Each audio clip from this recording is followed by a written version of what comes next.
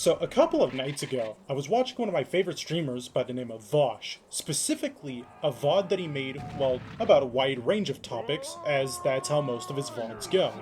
However, he had a 30 to 40 minute stun lock about graphics and video games, and you know what? I think I agree with his central opinion. Let me explain. Think back to the olden days of video games. I'm talking Doom, Quake, Super Mario 64, and Resident Evil on the PlayStation 1.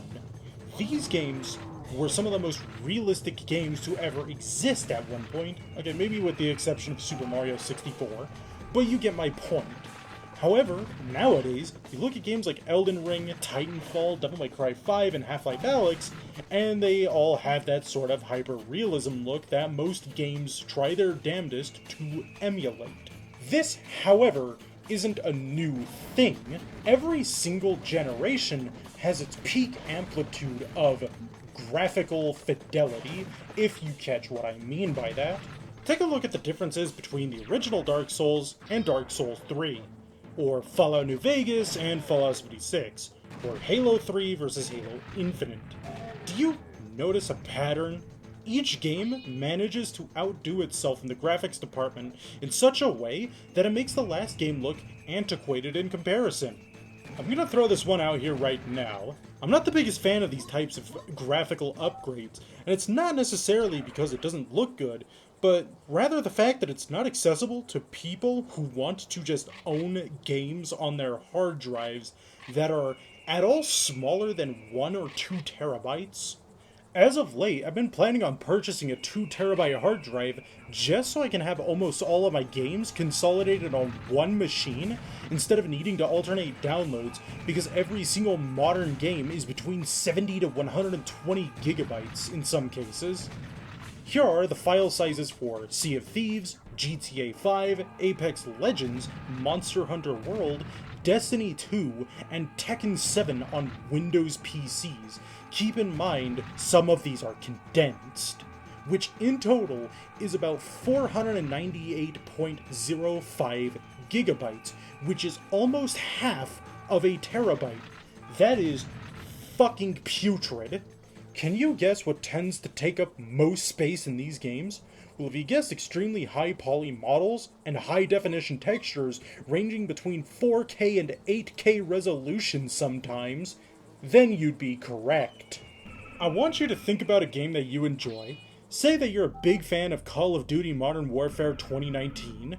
The campaign for this game is roughly between 4 to 6 hours long, and at the time of recording is 88.7 gigabytes for the base game. Alright, now let's go back to 1997 and boot up some Quake 2.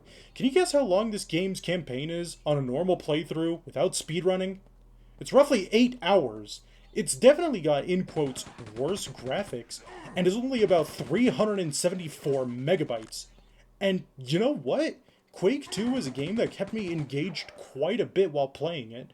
We could also talk about negative graphics as well. Cruelty Squad, which is a game that I love, has some of the most genuinely insane graphics I think I've ever seen. And not because the game looks good, but due to the fact that the game looks so horrendously ugly, bad, terrible, moronic, fucking disgusting, fugly. It actually has a little bit of a special charm. At this point, I feel like the people making the graphics for these games are just holding a set of really shiny, jingly keys in front of my face, hoping that I try to clasp onto them for a while. And I'm starting to get really tired of the fact that games nowadays need to have some grandiose standard for graphics. If a game is good, then a game is good. Deltarune. Plus, in quotes, worse graphics in a video game means that the developers have more time to make the game much better to play anyways. Ultra Kill. When I play a video game, I want to step out as far away from the real world as possible. And while I know that there's games like Elden Ring that are definitely not realistic by any sense of the word, the game world itself is believable enough to make me think, ah, yes.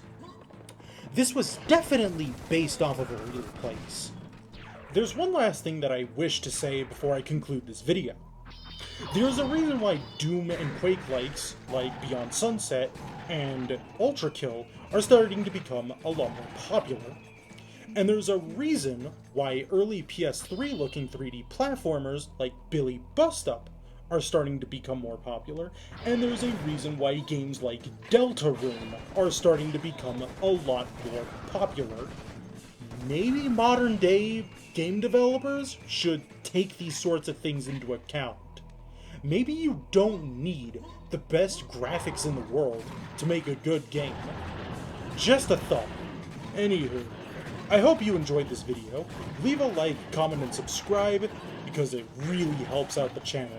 And hey, hit that notification bell as well. And I'll see you on the next one. Techmo, out.